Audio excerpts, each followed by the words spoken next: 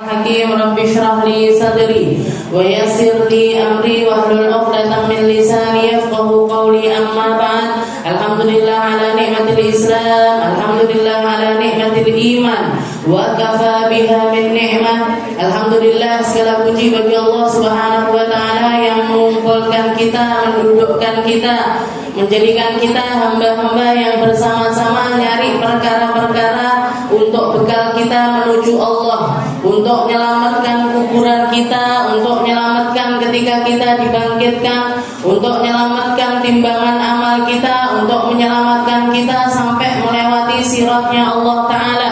Semoga nyampe ke surganya Allah dan sebelumnya meminum dari telaganya Nabi Muhammad SAW, minuman yang kalau dikatakan orang yang diberi minum dari tempat tersebut la yatma'u ba'daha abada, dia tidak akan pernah merasakan kehausan, tidak akan pernah merasakan keletihan, tidak akan pernah merasakan dahaga sampai kapanpun juga. Dan semoga kita semuanya dikasih minum dari telaganya Nabi Muhammad, telaga Al-Kautsar, dari tangan-tangan mulia para putri-putrinya Nabi, para istri-istrinya Nabi, para orang-orang mulia yang ada di sekitaran Nabi, kita, anak cucu kita, orang tua kita, semua orang yang kita cintai. Semoga menjadi hamba-hamba yang selalu ridho dan diridhoi oleh Allah Subhanahu wa ta'ala. Cukup bagi kita sebuah peringatan, cukup bagi kita sebuah perkataan para ulama yang mengatakan cintai siapapun juga fa innaka mufariquh. Cintai orang yang ingin kamu cintai, tapi ketahuilah suatu saat kamu akan berpisah dengannya.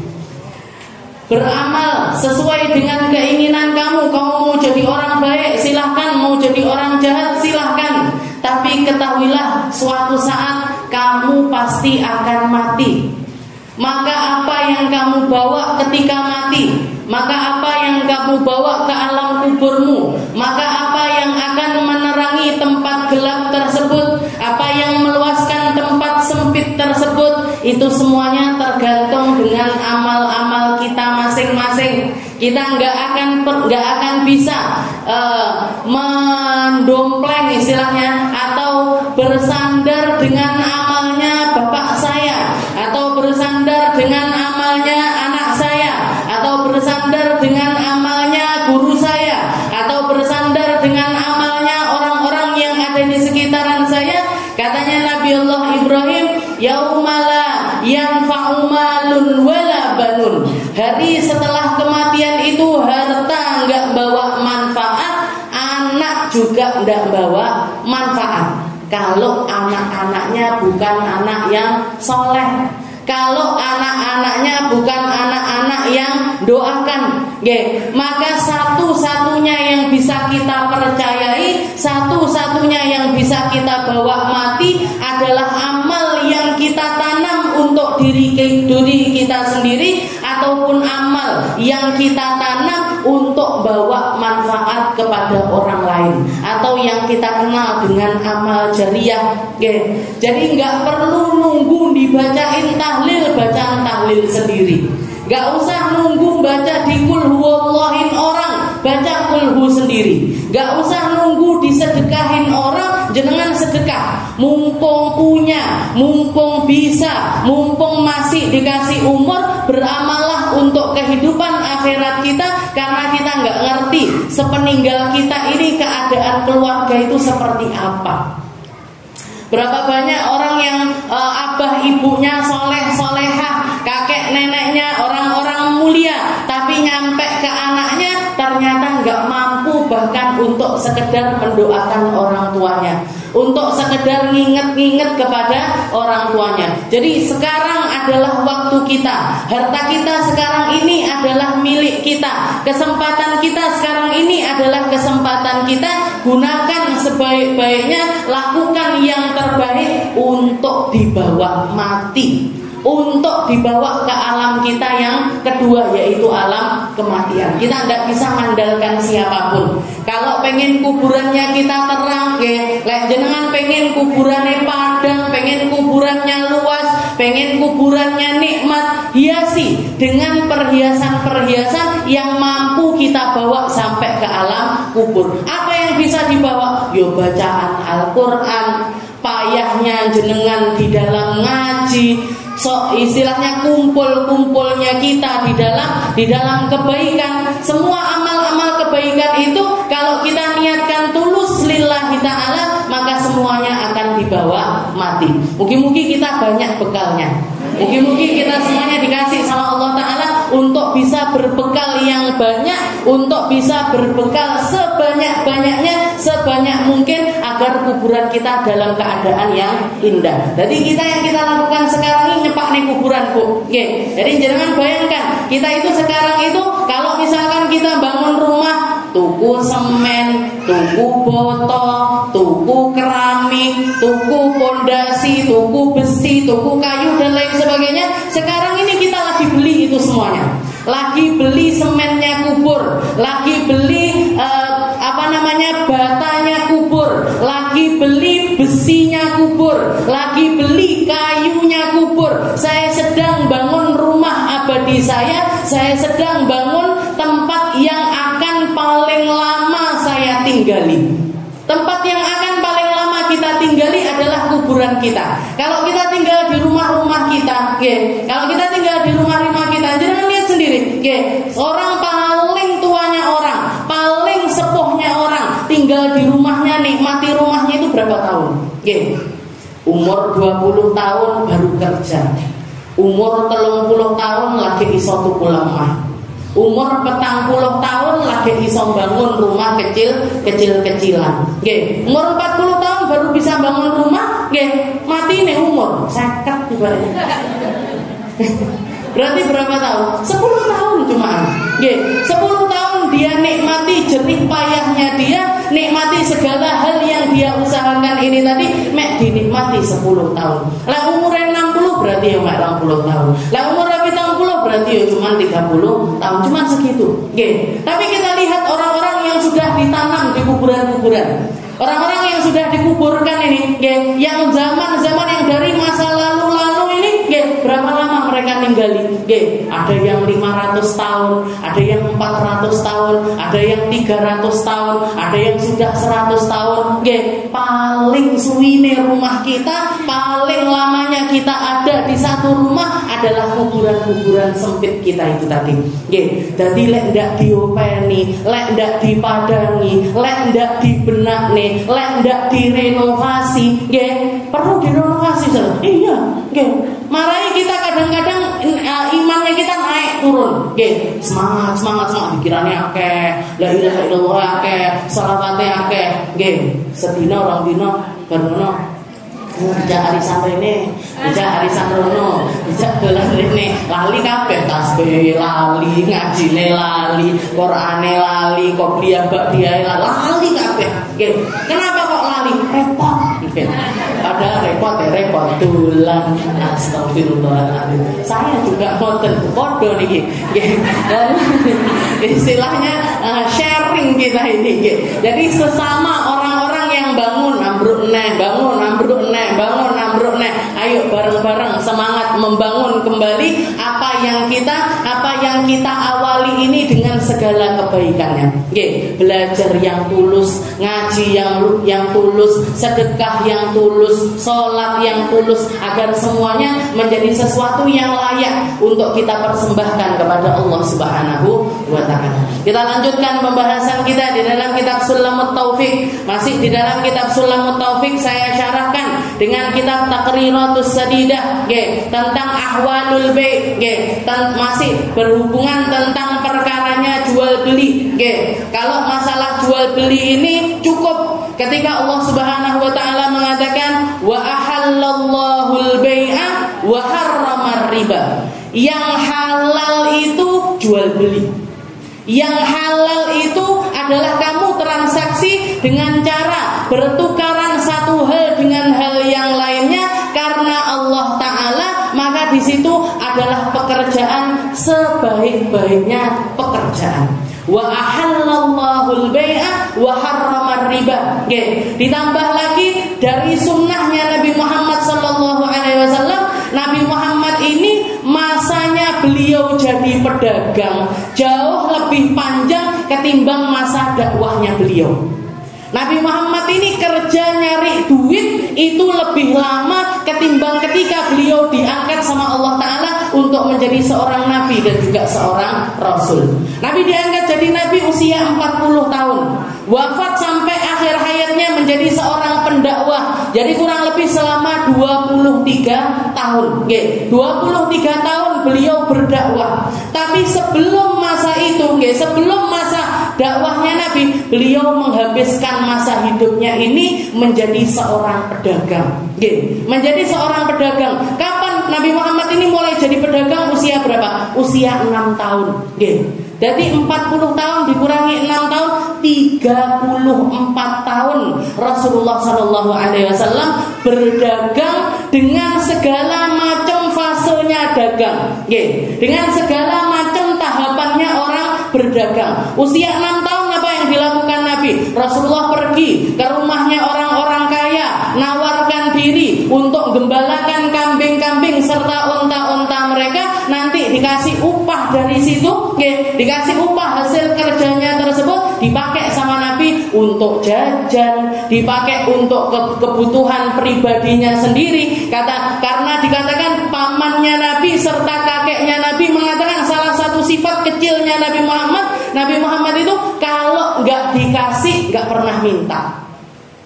Jadi mulai dari kecil beliau itu sudah kelihatan haliahnya atau akhlaknya itu salah satu penjagaannya Allah Ta'ala. Beliau itu tidak pernah minta, tidak pernah ngeluh, tidak pernah mengadahkan tangan. Kalau dikasih dimakan, nggak dikasih beliau tidak pernah minta.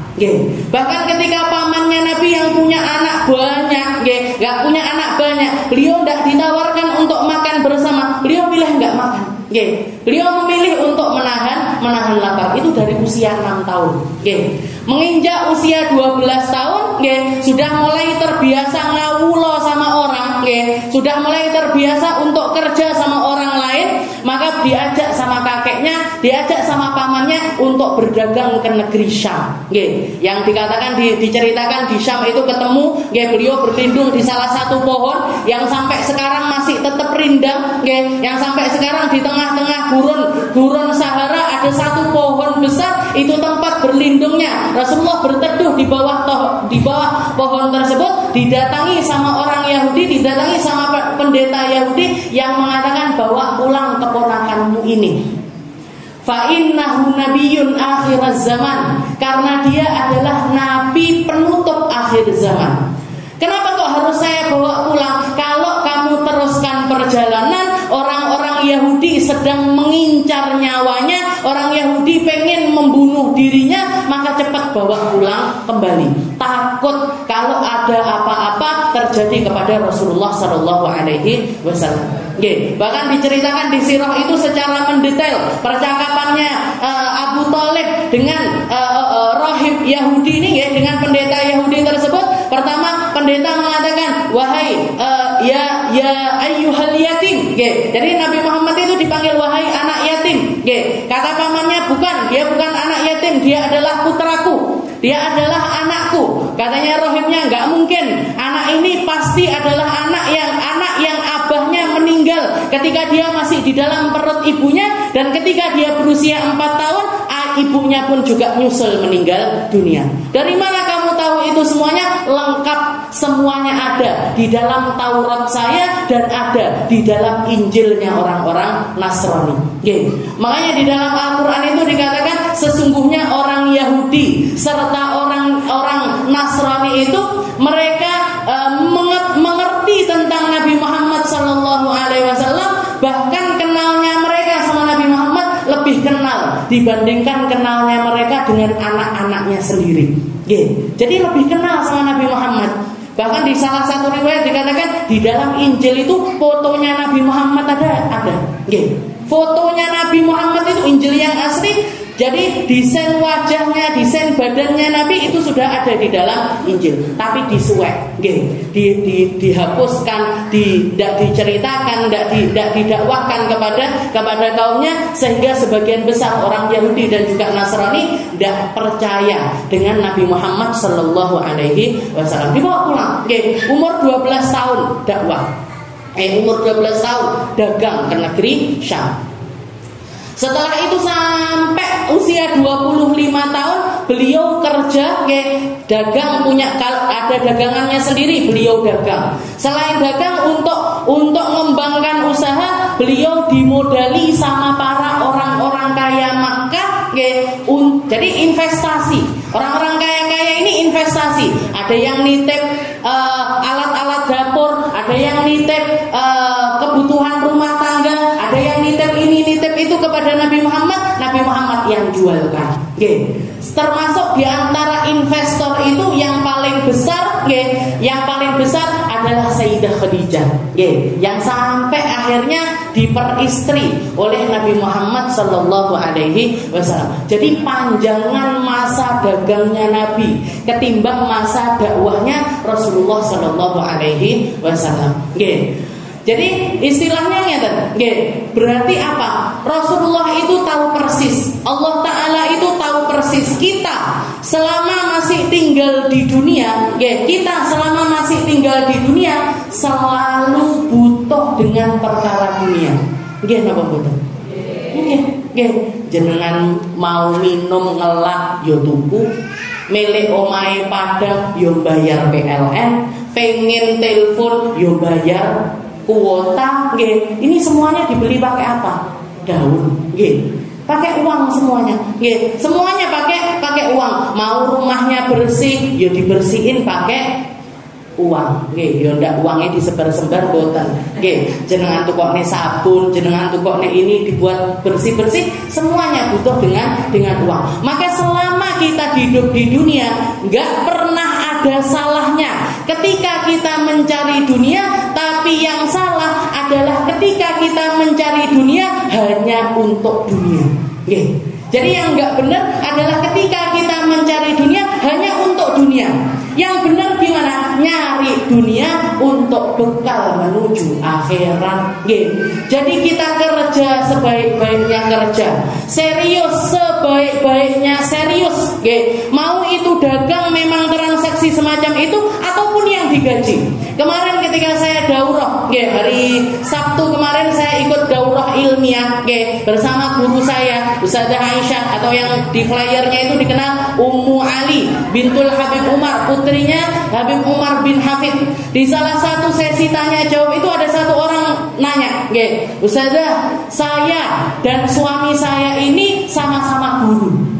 Jadi beliau guru, suaminya juga guru. Satu-satunya sumber ekonomi kami ya gaji bulanan yang diberikan untuk para guru. Piye caranya ikhlas? Gimana caranya biar kita ini nggak nganggep ngajar karena nyari gaji, ngajar semata-mata untuk nyari dunia. Gimana caranya biar tetap benar tujuan kami, Ustazah, katanya beliau. Jadi yang nanya itu ngomong seperti itu. Saya istilahnya waktu dengar itu, oh iya ya, nggak kepikiran yang seperti itu. Ustazah Aisyah jawab itu dengan menceritakan haliahnya orang-orang Hadramut. Beliau menceritakan orang-orang Hadramut itu imam-imamnya masjid, tukang adhannya masjid, tukang bersih-bersihnya masjid, orang-orang yang berkecimpung untuk khidmah di masjid itu semuanya digaji. Semuanya digaji, imamnya digaji, muadzinnya digaji, tukang iqomahnya digaji, semuanya dikasih gaji dari uangnya masjid, dari uangnya masjid. Terus gimana caranya mereka menjadikan hatinya ini tetap bersih, tetap tulus, nggak kerja krono nyari uang, itu gimana caranya? Katanya beliau, mereka menjadikan istilahnya kerjaannya, misalkan mereka kerjaannya jadi imam, kerjaannya jadi imamnya masjid. Tidak cuman untuk menggugurkan kewajiban sebagai imam masjid saja dia datang ke masjid, tapi mereka nambahkan amalia-amalia yang lainnya. Jadi misalkan dia jadi imam masjid, nambahi, tidak pakai disuruh, nggak pakai dikongkon, nggak pakai didorong-dorong sama takmirnya masjid. Mereka inisiatif sendiri. Setelah ngimami sholat subuh, nyempatkan untuk duduk, mempersilahkan anak-anak kecil yang mau setor hafalan kepada beliau. Nanti muadzinnya masjid juga gitu. Selesai adzan orang-orang sudah bubaran, waktunya orang kerja ini itu dan lain sebagainya, nyempatkan untuk gosok-gosoki kacanya masjid, nyulak-nyulai, matikan lampu, matikan kipas angin dan lain sebagainya. Jadi mereka nambahi amalia-amalia yang lain di luar kewajiban-kewajiban mereka, agar gaji yang didapat ini bukan cuman menjadi balasan dari kegiatan yang mereka lakukan. Jadi saking detailnya orang-orang Yaman itu sampai seperti itu. Mereka nambahi biar tidak dinilai nyari dunia lewat perkara akhirat. Nyari gaji dari ngajarnya mereka atau dari kegiatan-kegiatan mereka di masjid, ditambahi dengan sesuatu yang lainnya. Itu yang mereka lakukan. Setelah itu kalau misalkan dapat sesuatu dari orang lain, biasanya kalau dari guru ngaji diamplopi dari sini, dikasih per orang itu beda-beda. Itu tidak langsung dibukain. Terus oh ibu iki samene, oh ibu iki samene, oh wong tuwek sing iki samene. Enggak. Ditaruh di satu tempat, nanti nyari satu waktu baru dibuka bareng-bareng. Jadi nggak tahu ini punyanya siapa, ini dari siapa, ini dari ibu yang mana, ini dari bapak yang mana, nggak tahu. Jadi mandang muridnya ini setara, mandang muridnya ini setara, nggak iki sing ibu sing akeh aku akeh, tenanan lek marai, sing iki titik 2000 tok, tengah-tengah iso alif yo bene, ndak iso yo bene, ndak gitu jadinya. Jadi sangat menjaga hati. Ini kalau misalkan bisa kita terapkan, kalau semua orang kerja menerapkan hal yang semacam ini, pergi ke kantor, tidak cuma untuk gugurkan kewajiban, pokoknya ceklok, pokoknya ngabsen, nggak gitu toh. Tapi dia memang serius berjuang di tempat kerjanya, maka dia nggak akan, istilahnya, insya Allah akan dimasukkan sama Allah Taala golongan orang-orang yang kerja bukan cuma nyari dunia, tapi nyari kedudukan di sisi Allah Subhanahu wa Ta'ala. Nyari kerja di sisi orang sekarang kan enggak, kerja misalkan datang waktunya masuk jam 8. Saya pengalaman karena punya toko. Istilahnya jam masuk toko itu jam 8. Tapi yang datang jam 8 itu juara. Jam 8 lebih 5, jam 8 lebih 10. Aja hampir tidak ada apa nih sing saurunge. Apalagi yang datangnya itu sebelumnya rata-rata jam 8 lebih. Tidak merasa dia kalau dia sedang korupsi waktu. Kalau dia sedang dolim terhadap dirinya sendiri. Kalau dia sedang ngambil hak dari bosnya karena kesepakatannya kerjanya mulainya adalah jam 8, tutupnya jam 9 malam. Tutupnya Bu, kalau tutupnya dikorupsi nah dia. Harusnya tutup jam 9 kurang seperempat wis. Bukan cuma ringkes-ringkes, sudah nutupi pagar garek seperempatnya jam 9 Ini orang kerja zaman sekarang ini seperti ini. Jadi nggak ada ketulusan di dalam pekerjaannya. Jadi semuanya dilakukan secara terpaksa. Kalau lebih itu koyok rugi, Bahkan di toko nih, setiap Ahad pagi itu kita kasih waktu 1 jam. Jadi yang biasanya buka toko jam 8 itu kita undur sampai jam 9. Disuruh ngapain? Disuruh ngaji di rumah. Diajarin fikih, diajarin bab haid, diajarin sholat, diajarin ini itu dan lain sebagainya. Apa yang terjadi? Yang istilahnya napa nggih? Kalau misalkan mereka itu bukan waktunya datang, yo nggak datang. Dianggapnya ngaji ini nggih kerja nggih. Dianggap ngaji ini pun juga dianggapnya adalah bekerja. Padahal difasilitasi untuk kenal sama Allah Taala, difasilitasi untuk ibadah lebih baik, difasilitasi untuk bisa memperbaiki kehidupan dia bukan di dunia tapi di akhirat. Tapi seperti itu. Jadi ini yang harus kita perbaiki. Kerja itu nampaknya nyari uang, kelihatannya nyari uang, tapi hati hakikatnya nyari posisi kita di sisi Allah Subhanahu wa taala. Apalagi kalau kita kerja niatnya khidmah sama orang lain, niatnya melayani sama hamba muslim yang lainnya. Kita kerjakan jenengan misalkan jualan roti atau jualan makanan, kan nyepakne makanannya, ngladeni orangnya, setelah selesai makan jenengan ringkesi, diisai. Kalau jenengan menganggap ya Allah, ini orang yang makan di tempat saya ini hamba Allah, dia melaksanakan sholat seperti saya sholat, dia puasa kayak saya puasa, kalau Ramadan dia zakat seperti saya zakat. Saya niat khidmah sama orang ini, saya niat ngeladeni salah satu dari sekian banyak hamba-hambamu. Entuk pahalanya Bu, besar pahalanya di sisi Allah Subhanahu wa taala. Besar sekali pahalanya di sisi Allah Subhanahu wa taala. Jadi seperti itu. Kita masuk dalam Taqriratus Sadidah. Kemarin kita bahas tentang syurutul aqidain. Orang yang berakad. Syaratnya apa? Baligh, berakal, ndak mahjur alaih, ndak banyak utang, ini itu dan lain sebagainya dengan segala keterangannya. Sekarang kita masuk ke syurutul ma'qud alaih. Syaratnya perkara yang diakati. Syarat perkara yang menjadi akadnya kita. Barang jualan sama alat pembayaran. Barang jualan sama alat pembayarannya ini juga ada syaratnya. Yang pertama khamsatun jama'aha sahibu sofati zubat fi baitin wahid faqala fi tahirin muntafa'in bih qudira taslimuhu milki dzil 'aqdi nudir. Katanya beliau lima hal yang harus ada di dalam barang yang menjadi alat transaksinya kita. Entah itu barang yang dibeli ataupun barang yang dijual, barang yang dibeli ataupun alat yang dipakai untuk membeli, ini harus ada di dalamnya 5 syarat tersebut. Yang pertama ayyakuna tahiran. Yang pertama, 2 perkara ini harus sama-sama benda suci. Harus sama-sama benda suci. Ay tahiran au yumkinu tadhiruhu bil ghusl. Yang bisa dijual beli itu adalah barang-barang yang suci dan tidak tercampur dengan barang najis apapun. Tidak tercampur dengan barang najis apapun. Maka semua barang suci bisa dijual, bisa dibeli. Bisa dijual, bisa dibeli. Kalau yang najis ini gimana? Atau yang kecampuran sama najis ini gimana? Kayak yang sering kita temukan orang jualan pupuk. Pupuk napa? Pupuk yang pupuk kandang.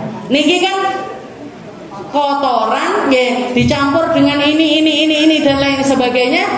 Gimana? Kita kalau beli barang yang najis ini gimana hukumnya? Asal hukumnya adalah tidak sah. Asal hukumnya adalah tidak sah. Tapi kalau untuk barang-barang yang istilahnya keluar dari syarat-syaratnya barang yang dipakai jual beli, maka kita bisa menggunakan akad yang namanya raf'ul yad.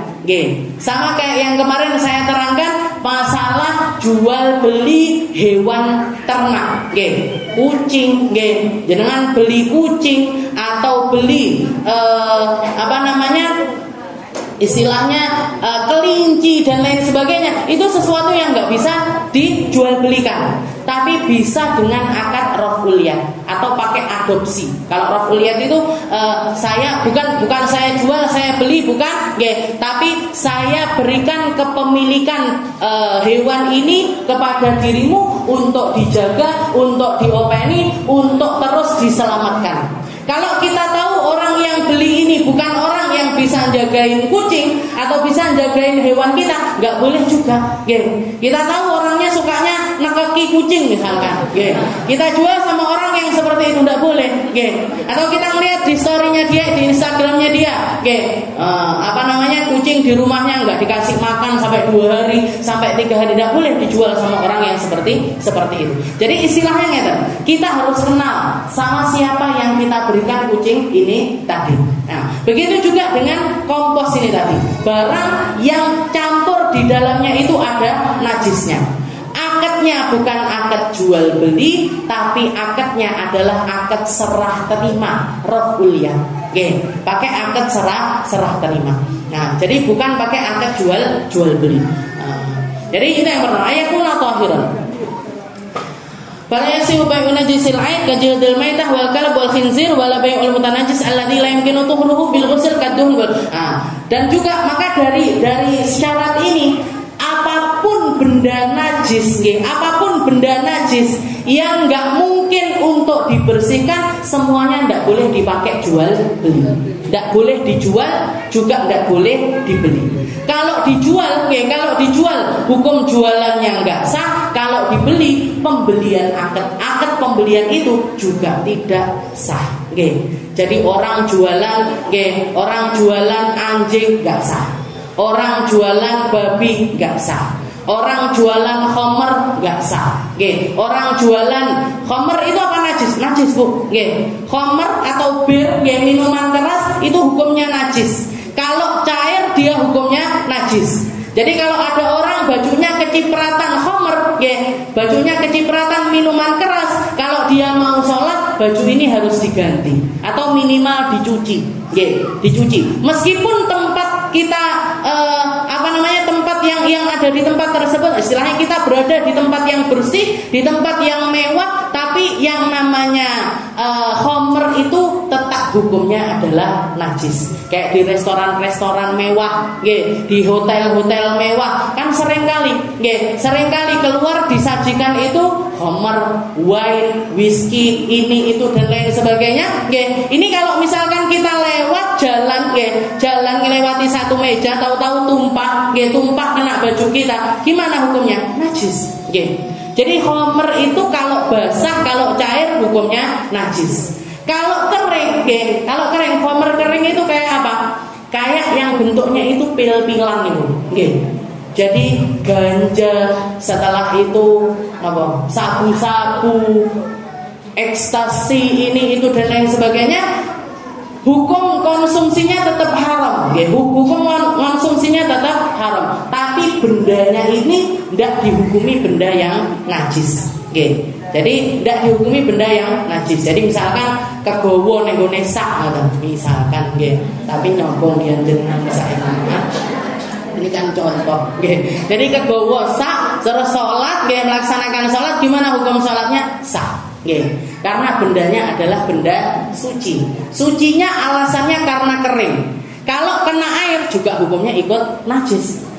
Kalau kena air atau istilahnya jadi basah, hukumnya tetap najis. Karena konsepnya kalau masalah najis itu al-jaf bil-jaf tahirun bila syak. Katanya para ulama, kering kena kering itu sudah pasti suci. Kering kena kering itu pasti suci. Jangan pergi belanja ke tempatnya orang non muslim misalkan. Di situ tahu-tahu ada anjingnya dia dempel-dempel di baju jenengan. Dempel-dempel di bajunya kita. Anjingnya kering, kitanya kering. Gimana hukum baju ini tadi? Suci. Hukum bajunya suci. Tapi kalau salah satunya basah, maka hukumnya jadi najis. Kita belanja ke tokonya orang muslim, orang non muslim, lagi hujan, jadi kemblok. Dari dalam rumah keluar anjingnya dia dempel-dempel. Gimana ini bajunya? Najis. Dicuci 7 kali, salah satunya pakai debu. Kenapa? Karena kitanya basah, anjingnya kering. Anjingnya kering. Jadi yang najis itu kalau basah dengan basah atau basah dengan kering. Tapi kalau sudah kering, kena sama sesuatu yang kering, tahirun bila syak, itu selalu suci. Selalu suci. Yang ayakuna tahiran. Lalu yang kedua ayakuna nafi'an. Syarat kedua jual beli adalah barang yang dia diperjualbelikan ini harus sesuatu yang bermanfaat. Harus sesuatu yang bermanfaat. Ai manfaatan maksudatan hissiyatan au syar'iyyah. Jadi barang yang dijual beli ini harus barang yang bermanfaat, mau manfaatnya itu terasa langsung atau manfaatnya itu secara syar'iyyah. Istilahnya enggak secara langsung kita dapat, tapi ada yang terasa di dalam di dalam hati, maka ini hukumnya adalah sah. Oke. Kayak misalkan jual beli apa? Jual beli ilmu yang bermanfaat. Oke, jual beli ilmu yang bermanfaat. Jenengan datang ke satu orang yang bisa bahasa Inggris. Pak, saya tolong diajarin bahasa Inggris. Dalam waktu 1 tahun saya harus sudah bisa ngomong aktif bahasa Inggris. Oh iya Bu, tapi harganya atau jenengan harus bayar untuk les 1 tahun ini harganya 2 juta. Harganya 2 juta. Gimana ini? Kita beli ilmunya orang ini tadi, gimana hukumnya? Sah. Boleh. Kenapa? Karena ada manfaatnya, walaupun manfaatnya itu tidak terasa secara langsung. Saya misalkan ngomong sama ibu-ibu, Bu, siapa yang mau belajar bahasa Arab sama saya? Siapa yang mau belajar bahasa Arab sama saya? 1 tahun tak jamin bisa ngomong aktif. Misalkan, tapi saya tidak buka, misalkan, 1 tahun saya jamin bisa ngomong secara aktif. Berapa Ustazah harganya? 10 juta. Misalkan, misalkan. Gimana hukumnya? Sah, karena jual beli barang yang bermanfaat, walaupun manfaatnya itu manfaat syariah, bukan manfaat hissiyah, bukan manfaat yang terasa secara langsung. Kalau terasa secara langsung ini jenengan beli jilbab bisa tinggi jilbaban, jenengan beli baju bisa dipakai, jenengan beli kendaraan bisa dinaiki dan lain sebagainya, itu langsung terasa. Yang terasanya itu nggak secara langsung pun juga sah untuk diperjualbelikan. Fala yasihu bai'u ma la manfa'ata fi ka bai'il hasyaratis shaghirah au bai'i alatil lahwi. Maka dikatakan sebagian ulama mengatakan tidak sah hukumnya berjualan perkara-perkara yang tidak ada manfaatnya. Kayak jualan apa? Kayak jualan hasyarat. Hasyarat itu ini serangga, dodolan serangga. Saya dodol, saya punya coro regane 2.000, saya punya jangkrik harganya 1.000, saya punya semut harganya segini. Nah ini tidak sah katanya para ulama seperti itu. Terus gimana kalau orang-orang yang jualan nih ulet, dipakai buat mancing, ulet dipakai buat mancing. Itu kalau dijual sama komunitasnya, dijual sama persis, sama aja kayak yang kucing tadi itu. Kalau kita tahu persis yang beli ini adalah orang-orang yang bisa memanfaatkan perkara tersebut, maka boleh dijual, tapi dengan akad raf'ul yad, dengan akad melepaskan hak dari benda ini tadi. Au bai'i alatil lahwi. Jadi contohnya di sini hasyaratis shaghirah au bai'i alatil lahwi. Jadi sebenarnya yang muktamad itu alatul lahwi. Alatul lahwi itu alat-alat musik yang melalaikan, alat-alat musik yang melalaikan itu sebenarnya nggak sah untuk diperjualbelikan. Jadi ngeten, kalau jenengan punya bermacam-macam mata dagang yang minimal manfaat atau yang nggak ada manfaat, sebaiknya dihindari untuk dijual. Sebaiknya dihindari untuk dijual. Yang banyak manfaatnya, mendingan kalau masih ada barang dagangan yang manfaatnya besar, lebih baik kita berjualan sesuatu yang manfaatnya itu lebih besar. Dan banyak kan istilahnya pilihan mata dagang itu kan luar biasa banyak, Dodolan tusuk gigi aja loh ada manfaatnya, Lek wong selilitan, Bu, 2.000 gitu. 2.000 sak ngeten tapi jual 2.000 satu tusuk. Ayakuna nafi'an. Yang ketiga ayakuna maqduran ala tasallumi. Ayakuna maqduran ala tasallumi. Yang perlu kita pikirkan juga ketika kita berdagang, orang yang, jadi misalkan saya pedagang, saya yang jualan, jenengan yang beli barang dagangan saya. Jadi syarat ketiganya itu saya yang jual harus juga mampu untuk menyampaikan barang dagangan saya selamat nyampe ke jenengan. Harus memastikan barang yang saya jual ini saya bisa ngangkutnya sampai ke tempat yang jenengan inginkan. Nah, ini termasuk salah satu syaratnya. Jadi saya kasih contoh, misalkan saya jualan mobil, jualan motor. Jenengan datang ke saya, Ustazah, saya mau beli motornya. Saya mau beli mobilnya. Jenengan naik motor, dia datang naik motor, beli motor. Setelah itu, setelah transaksi, Ustazah ini gimana ini? Motornya nanti dikirimkan ke rumah saya. Oh, enggak bisa Bu. Nggih, saya enggak bisa ngirimkan barang ini ke rumahnya jenengan. Gowonen dhewe nggih. Bawa sendiri, bingung orangnya. Dek bawa motor, kudu nggawa motor anyar. Nggih, kan bingung. Nah, jadi salah satu hal yang harus dilakukan, salah satu syaratnya jual beli, barang yang dibeli sama pembeli ini harus bisa kita sampaikan ke orang tersebut dengan selamat. Nggih. Jadi istilahnya gitu, jenengan jualan sesuatu harus mikirkan gimana barang ini nyampe ke orangnya. Itu termasuk sesuatu yang menjadi treatmentnya syariat untuk pembeli. Nggih, napa treatment itu? Fasilitasnya penjual nggih untuk pembeli. Kita jualan apa harus ngerti gimana caranya nyampaikan ke mereka. Kalau saya kan jualannya kecil-kecil, jilbab, baju dan lain. Jenengan beli dikerasaki dibawa sudah selesai. Nah, tapi kalau barang-barang seperti ini, jenengan misalkan saya jualan cateringan misalkan. Misalnya saya order untuk 1000 paket, untuk 1000 paket diambil loh Bu, tapi ya saya tidak menerima nganter-nganter, tidak bisa. Jadi harus ada fasilitas untuk mengantarkan barang ini kepada pembeli, kepada pembeli. Ayakun al-bai' qadiran ala taslimil mutman lil mushtari. Awil mushtari qadiran ala tasallumi, kecuali kalau pembeli ini mengiyakan, kecuali kalau pembeli ini mengiyakan untuk tidak disampaikan ke tempatnya secara langsung. Jadi kayak misalkan jual motor itu tadi, dia mengatakan wes saja, tapi tidak usah jenengan kirim, nanti insya Allah diambil sama suami saya. Atau saya jualan cateringan ini saja, tidak usah diantar, nanti pick up saya yang ngambil. Nah, kalau ada kata-kata seperti itu, maka di sini terbebaskan, penjual terbebaskan untuk menyampaikan ke tempatnya si pembeli itu tadi, si pembeli tadi. Yang keempat, ayakuna mamlukan lil bai'. Syarat keempat, barang yang dijual ini harus menjadi milik si penjual 100%.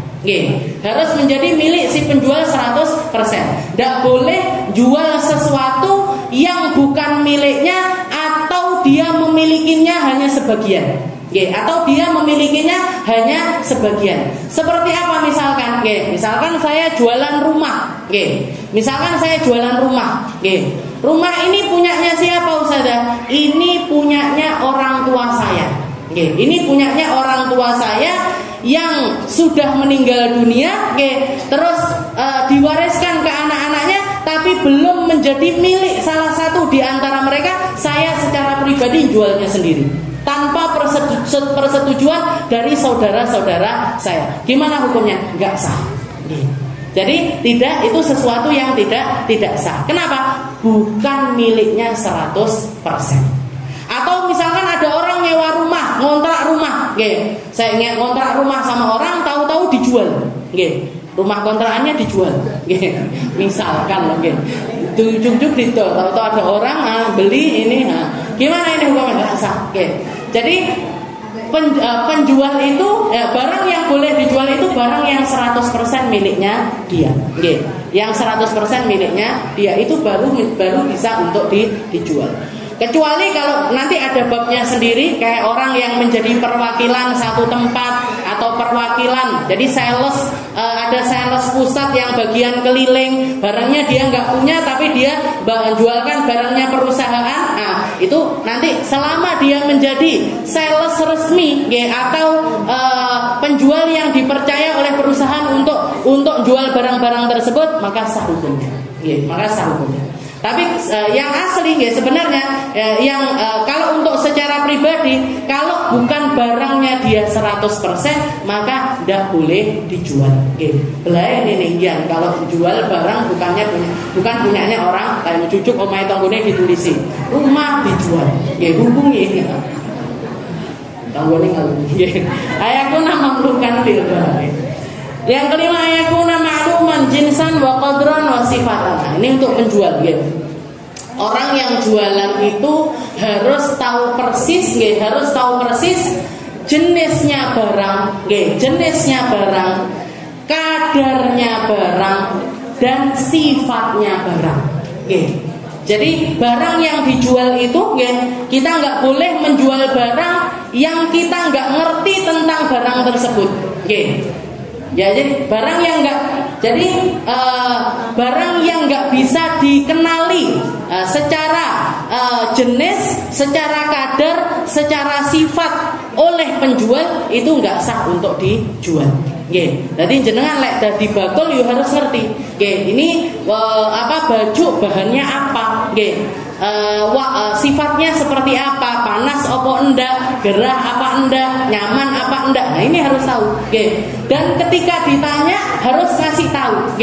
Ini yang nomor 1, ini yang nomor 2, ini yang KW. Nah, seperti itu harus tahu. Jadi jinsan qadrun wa sifat. Fala yasihu bai'ul majhul. Maka enggak sah hukumnya menjual sesuatu yang majhul, sesuatu yang kita enggak tahu atau enggak bisa dilihat secara nyata. Jadi majhul aja enggak boleh. Apalagi yang tidak ada fisiknya, istilahnya seperti itu. Nah, itu lebih lagi. Ya, kayak yang kemarin, kenapa kok salah satu alasan kenapa asuransi itu diharamkan oleh syariat, karena kita membeli sesuatu yang majhul. Ketika kita beli asuransi kesehatan, apa yang dijual dari kesehatan ini apa? Jenisnya apa? Kadarnya seberapa? Jenisnya apa? Kadarnya seberapa? Sifatnya seperti apa? Tidak bisa dideskripsikan, tidak bisa dijelaskan secara nyata. Maka tidak sah hukumnya menjual sesuatu yang seperti itu. Atau kayak sekarang misalkan jenengan pergi ke pasar-pasar ikan, biasanya kan kalau pengen beli ikan fresh, ikannya ini masih hidup-hidup di kolam-kolam, terus kita nanti milih. Nah, ini sahnya jual beli ini kapan? Ketika kita milih ikannya, setelah itu ikannya dikeluarkan, ditimbang, kita lihat, sifatnya begini, ndak enek cacate, ndak enek gininya, fresh, kita lihat semuanya, kita ridho untuk beli, baru dibeli. Tapi kalau misalkan ada penjual bilang, Bu, boleh beli ikan saya, tapi tidak boleh milih. Pokoknya itu tak pilih nih. Regone sakarepku, tidak bisa.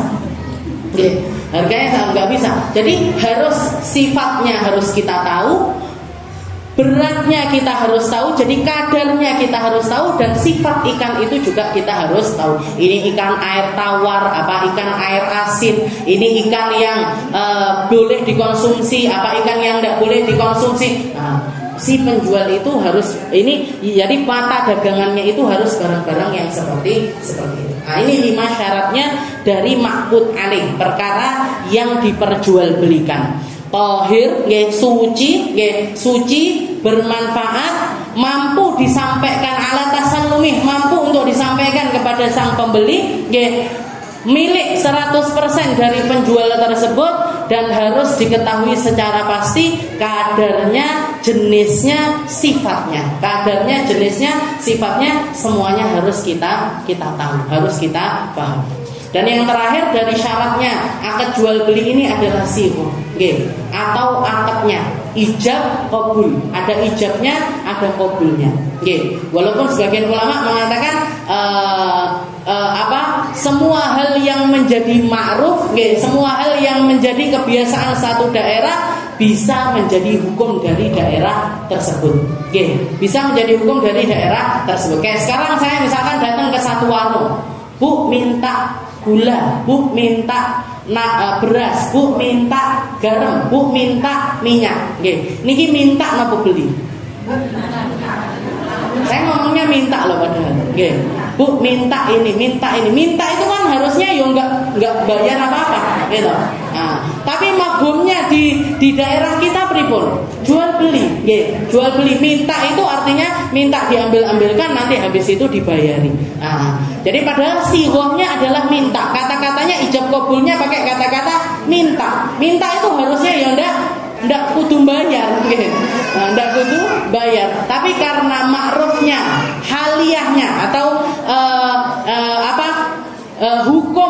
hukum yang terjadi di masyarakat itu seperti itu, maka dianggap sah sebagai jual beli. Nggih, sama juga kayak kalau kita ke supermarket ngambil, bagi sikap ke kasir tanpa ngomong, tanpa bicara, tanpa sapa-sapaan sama kasirnya, nyelonong aja dibawa keluar, nggak ada ijab kabulnya. Gimana ini hukumnya? Sah. Nggih, sah walaupun dengan kaul yang lemah. Nggih. Kalau yang kaul yang sahihnya gimana?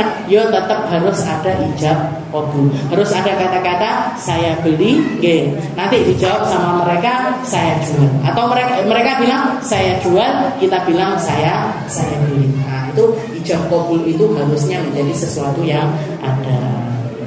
Nggih. Wallahu a'lam bishawab. Insyaallah kita lanjutkan di pertemuan yang selanjutnya tentang masalah khiyar, nggih.